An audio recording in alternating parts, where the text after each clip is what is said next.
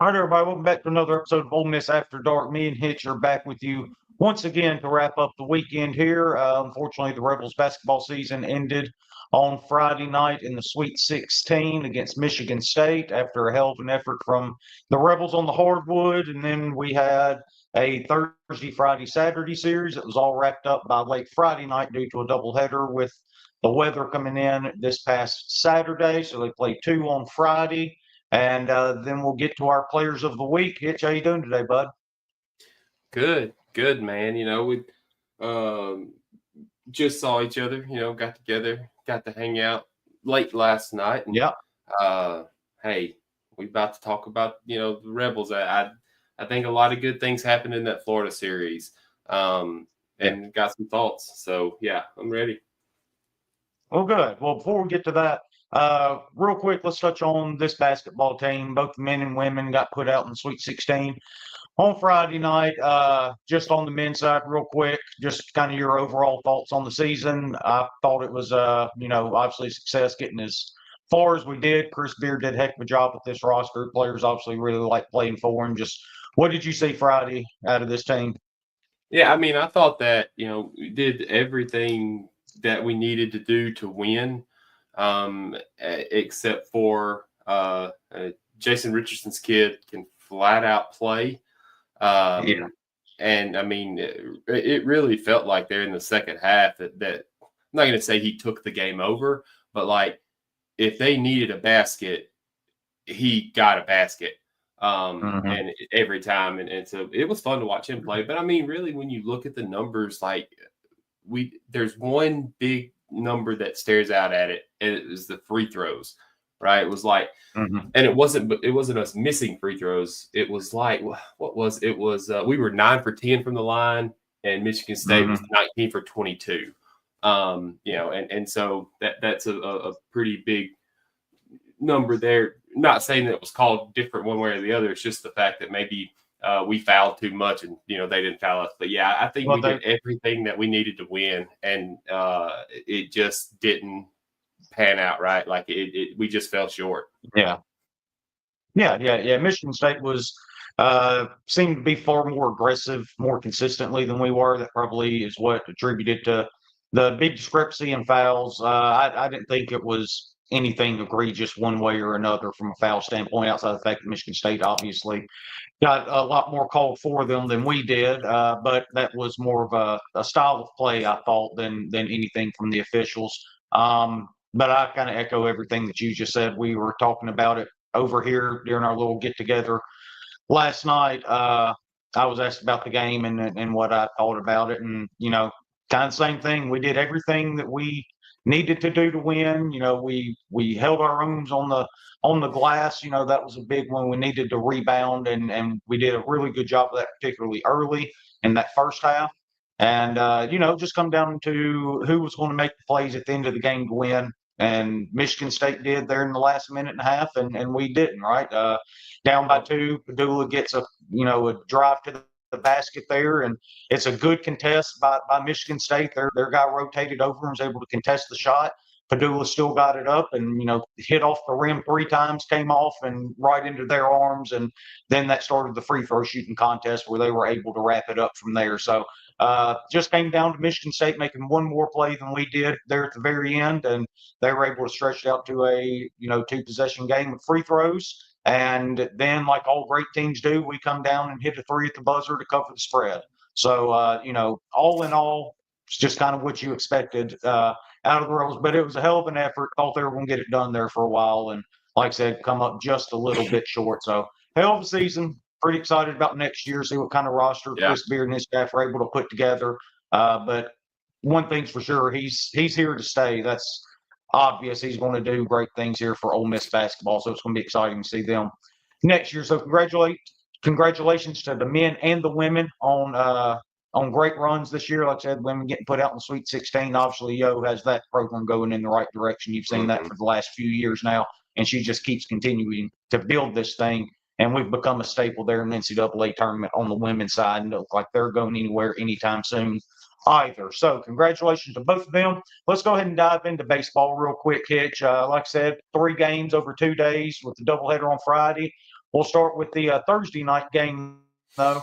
It was one of those from Hunter Elliott where you're watching it and he just filled up the strike zone over and over and over again. I think it was all the way into like the 8th inning or something like that before Florida was in a 3-ball count. I mean, because we came in and we just threw a bunch of strikes at them for the majority of the game there. And Hunter Elliott was dealing no walks. That's the big one for him, right? We talked about his control. I think this is back-to-back games with no walks. I think last week he had a no-walk game as well. Punched out, though. Looked like an ace. He came real close to getting that 6 innings. I think that's the next step for him. He's got to consistently get us through 6 at the very least to help relieve stress on this bullpen, but almost got there this week. Fully expecting to get there next week in Lexington. Just kind of what you see on Thursday night from the Rebs. Yeah, same thing, right? I mean, Hunter Elliott came out and he filled it up. There he ran into some trouble there in the 2nd inning. And you know, I don't remember the single, but I do remember the bomb, and it was I mean, it wasn't a great pitch, but it wasn't a bad pitch. Heyman, who wore us out all weekend, just ran into one, right, and hit it. And I think it was Mangrum that came out to visit him after the bomb. And from that moment on, like, you could see it on Hunter Elliott's face, like he was mad, like he was very angry.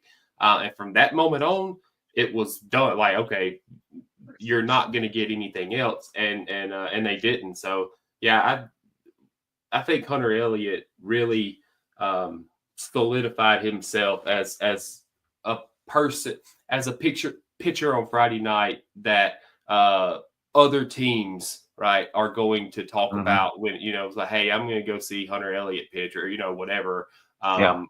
So that was nice to see. But that bullpen, I thought, you know, pitched well enough, right, to keep us in the lead there. But, you know, I don't know. The bullpen kind of messed up on Friday night for me. But what did you think about how he did the bullpen? Well, I mean, it's pretty obvious what he's wanting to do on these Thursday/Friday games, first games of the series. He's wanting to piggyback Mason Morris with Hunter Elliott. The only time he hasn't done it all year long is the week after I came on here and said, well, it looks like Mike wants to piggyback Mason Morris with Hunter Elliott. And he didn't do it that following Friday after that show, but every show or every Friday before and after, that's been the case. And so that's what he did here. And Mason came in, pitched pretty well, 2 1/3, 2 earned, only 1 walk, 4 strikeouts. I mean, you know what you're going to get out of him. And then Connor Spencer was apparently unavailable for this series. I never actually went back and looked up why he was unavailable, but they bring in Braden Jones, and, you know, he ends up shoving, obviously, there on Thursday to get the save.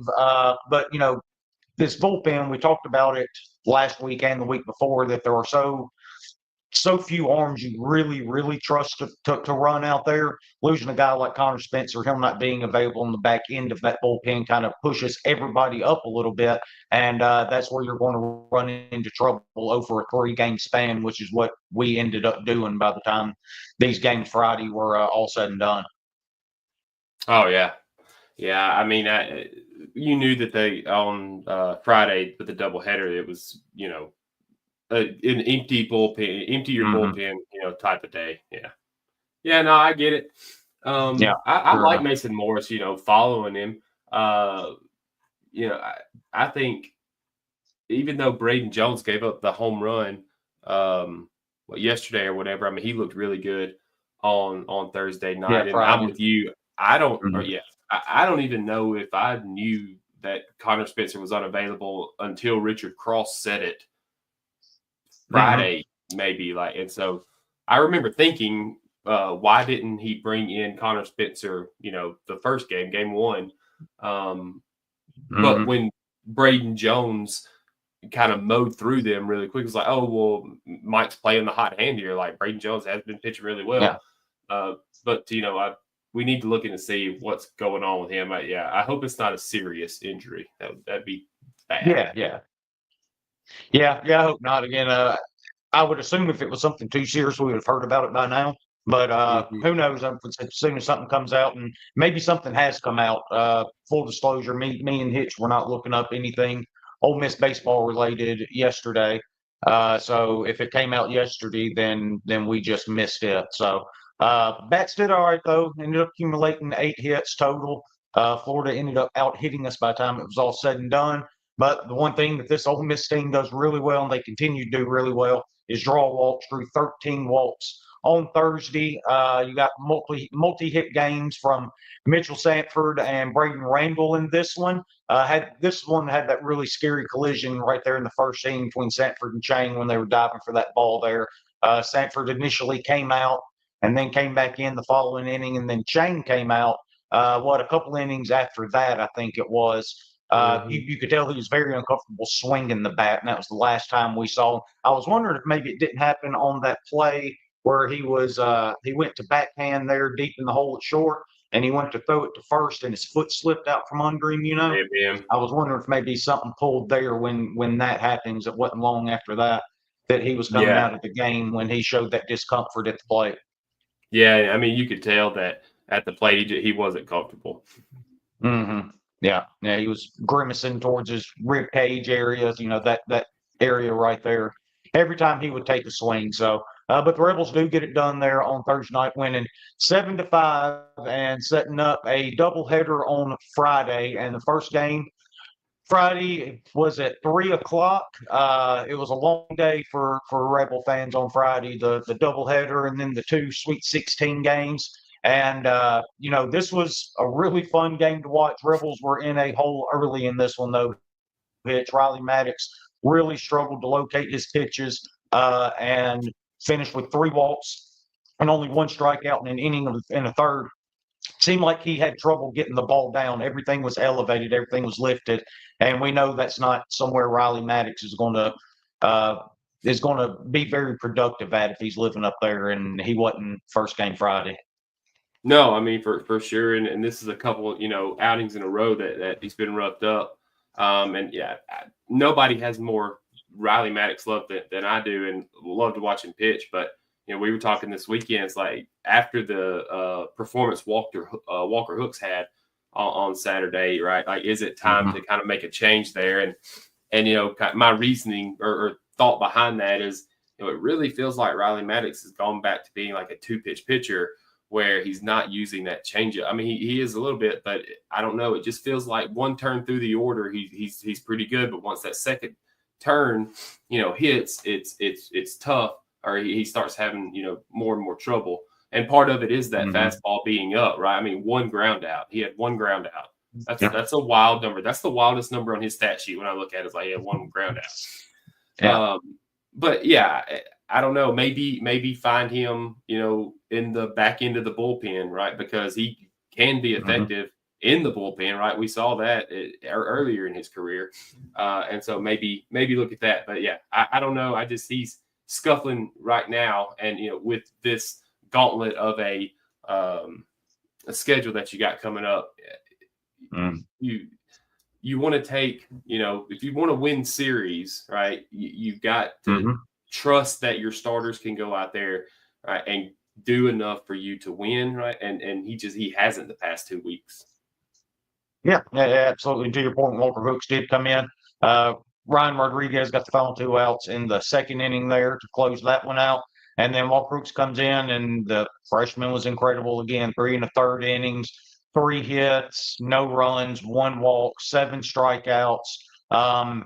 He just does this week after week after week after week. And to your point, if they do end up making a change there, I feel like they do need to make a change on Saturday and maybe get Riley in the bullpen, see if that straightens some things out for him. I would think Walker Hooks would be your number 1 option to slide in and see what you got there on the weekends. Yeah, I think 100%. I mean, I like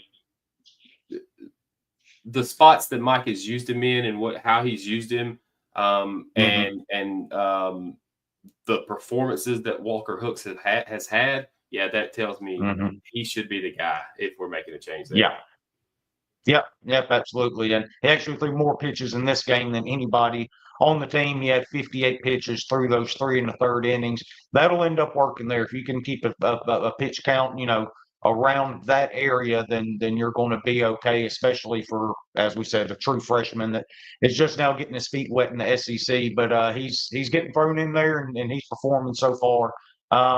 Landon Waters came in, Alex Caney followed him. Kay Townsend, kind of what he does, he looks incredible in one outing. The next one looks like he can't get the ball over the plate. And so good news is next time we see Kay Townsend, he should be pretty damn dominant because he wasn't in this one. Yeah, well, I mean, you said it right. It's it's a Jekyll and Hyde, performances. Yeah, Hudson Calhoun, I thought he looked pretty good. Pitched the final 2 innings for us.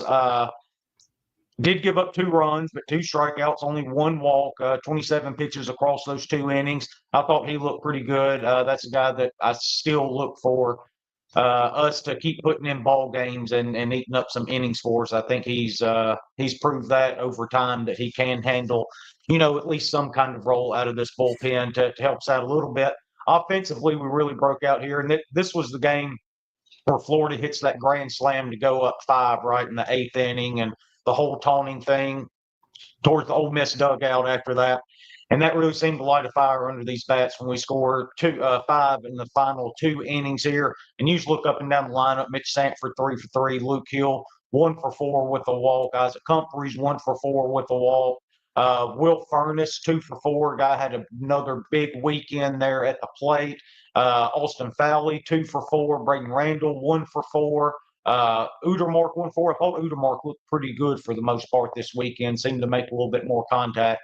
But just overall, this lineup's proven to be dangerous at this point. I don't think it's a fluke anymore. When you do it this consistently over and over and over again, I think it's safe to say that 1 through 9 were just pretty damn good lineup.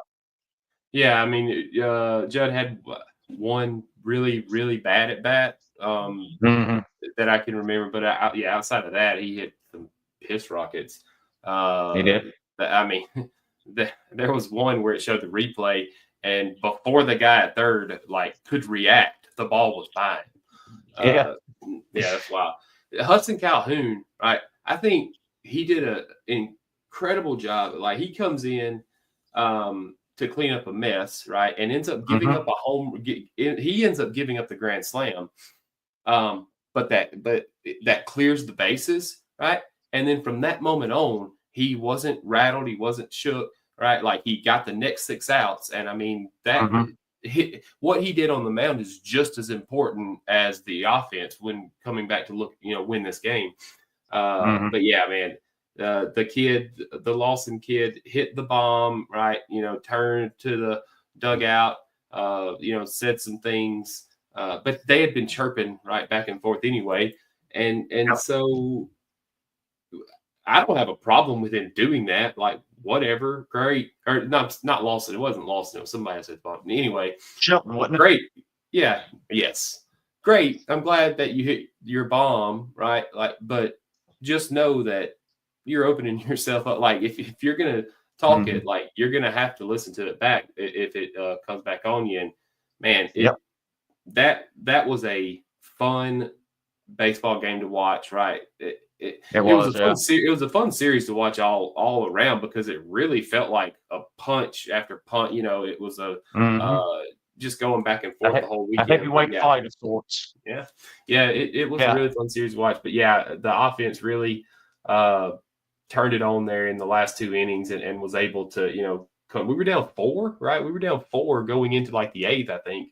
We were down 5. We're down 4. Yes. Yeah, and we scored 5 in the final 2. Yeah, so great job, offense. Yeah, and that was Brendan Lawson that hit that grand slam.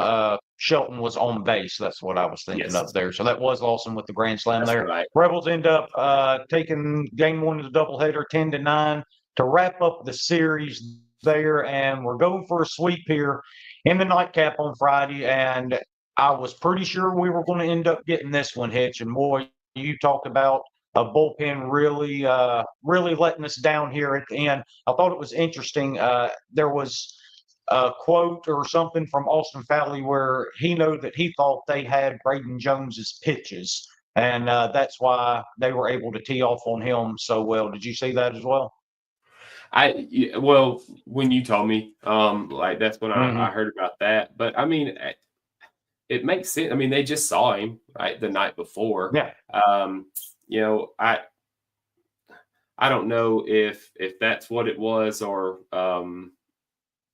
yeah, I don't know how they would have gotten his pitches, because they're using the electronics. Well, it has to be some But kind of tale with his setup, delivery, all of that. Like oh there's yeah, something. okay, I get okay, There's a yeah, tip. okay, yeah, maybe you're right. Like I wish I may go back and watch it and see Yeah. if I can because a lot of times like I don't know why pattern Hmm. recognition.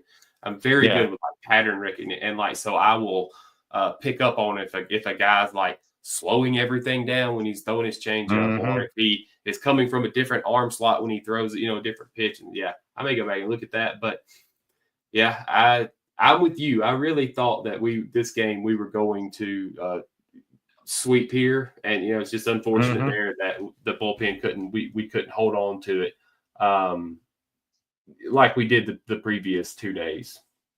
Yeah.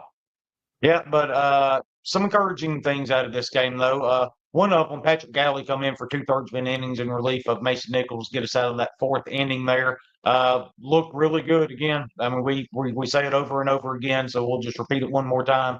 If he throws it over the plate, Galley's really, really good because the stuff is really, really, really good. The slider and fastball, those two pitches will play in this league. It's a matter of consistently controlling them. He did that on Friday night, and he looked really good. Mason Nichols goes three in the third inning, only 3 hits, 2 earned, 1 walk, 3 strikeouts. Just another really good outing for Mason. I thought he looked really good up there. Pitches were working for him, and he just does what he does, and he stays over the plate all the time, right? Yeah, it just goes out there and fills it up, and makes them put it in Dares you play. to bet. Yeah. Yeah, exactly. Yep. That's exactly what he does, and he did that again on Friday. So he looked good again. McCauston comes in, eats up 3 innings. That's pretty big 3 innings there for this bullpen. He looked okay. 4 hits, 3 earned, no walks, 4 strikeouts. Obviously, you would like to not be giving up a running inning there, but those were important innings that he was able to eat up for us. Rave came in and immediately gave up a nuke. I believe it was the first batter he saw, if I'm not mistaken. But that's I think part it of was it. the first Young kid pitch he hadn't saw. pitched a whole lot. That's what I was thinking too. But he ends up getting 2 outs there, and then Braden Jones came in to try to finish that one out, and that's when it really unraveled for Braden. 1/3 of an inning, 5 hits, 5 earned, 1 walk, 1 strikeout before Landon Waters comes in and puts the fire out. But the damage has been done at that point. Ole Miss was leading going into the ninth inning there. We scored 3 in the seventh, add on another one in the eighth after they scored in the top of the eighth. And we were up by 2 going into that ninth inning, 8-6, and then they put up that 5 spot there to end this one 11-8. But again, it was another uh, really good day for the bats, right? Luke Hill 3 for 5. He just everything he hits it hard. It seems like, right? Yep. It's just kind of been his mo ever since he stepped on Oxford, whether it's right at somebody or not. But he's at least going to barrel it up. Will Furnace with a couple more hits here. Udermark 3 for 5 with a couple more missiles that nobody wanted to be in front of. And Not a Braden single person. Randall, a guy that played really, really good this weekend, stepping in for Chang, has 2 more hits here on Friday night as well. Yeah, I mean, he had a lot of good at bats this week, and it was like Mhm. encouraging to see because you could tell like he kind of always he has a really short, quick swing. It Yeah. just feels like he has a little bit too much swing and miss in it for some reason. Hmm. But this weekend and even back to the midweek game, he's really barreled up a lot of balls, and so that's encouraging to see. Yeah, absolutely. So, but Rebels are able to take 2 out of 3 from Florida. That's what you wanted coming into this weekend. You wanted to get 2 at home. They got that done. That moves them to 21-6 overall and sitting really good at 6-3 in the conference in the early going with the road trip on deck to Lexington next weekend. So Ole Miss is in pretty good position to win more than enough games to get back to the NCAA tournament for the first time in a couple of years. So try to go on the road, maybe still a couple more this weekend. We'll see. I'm sure me and Hitch will be back to do a show about that later on in the week. Before we get out of here, Hitch, who's your player of the weekend? I'm so happy I get to say Will Furness. Man, what a weekend the kid had. If my quick numbers are right, I got 5 for 10, 3 walks, 8 RBIs, a bomb, and 2 doubles. You know, just a really, really good weekend for Will. He played really well. Oh, and he hit that bomb too. He uncorked on that thing. Yeah, he did. He did. It seems like I pick this guy every other week, but didn't feel like I had much of a choice this time. Mitchell Sanford, once again, just having himself a heck of a year here in his first season in Oxford. He goes 6 for 14 on the weekend, 2 homers, a double, 3 RBIs, 4 runs, 2 stolen bases. And then, of course, played a really good outfield like he always does as well. So he had another incredible week, and we'll see if somebody can knock him off the throne this coming up weekend, I guess. But he's been on fire. Obviously, Luke Hill played really well. Isaac Humphries played really well. Udermark played really well. So there was a lot of candidates here. Even Walker Hoops, what he was able to do there on Saturday, you know, he was even deserving of it as well. But I'm going to go with Mitchell Sanford here one more time and see if anybody can knock him off next week. So, well, Hitch, we're about to get out of here, bud. You got anything else to add? Now, he hit 2 first pitch home runs. First pitch. Yes.